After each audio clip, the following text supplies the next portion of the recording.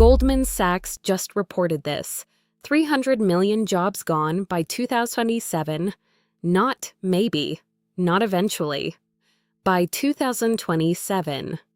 McKinsey data shows 94% of companies are cutting payroll through automation right now. Right now. Data entry positions are already down 47%. Paralegal roles collapsing at unprecedented speed. IBM replaced 8,000 workers with AI last year alone. They're not hiding it. They announced it.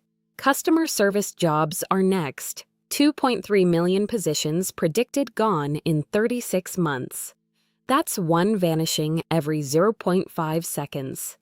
Your job might be that one. Automation isn't coming anymore. It's here. It's working. It's replacing you.